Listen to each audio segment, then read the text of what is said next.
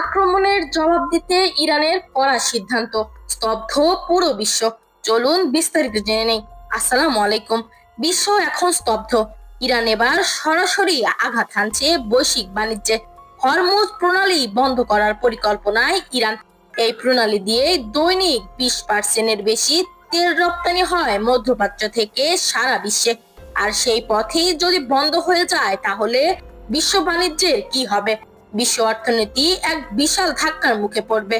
এই পদক্ষেপ শুধু আমেরিকা বা ইসরায়েলের জন্য নয়, পুরো বিশ্বের জন্য এক কঠিন বার্তা। আক্রমণের জবাবে শক্তি নয়, এবার বুদ্ধি দিয়ে ঘায়েল করতে চাচ্ছে ইরান। হরমুজ প্রণালী নিয়ন্ত্রণের মাধ্যমে ইরান যেন বলে দিল, তোমাদের গোলাবারুদের জবাবে আমার আছে ভূরাজনৈতিক চাল। বিশ্লেষকরা বলছেন এটা কেবল সামরিক নয়, এক অর্থনৈতিক যুদ্ধের সূচনা।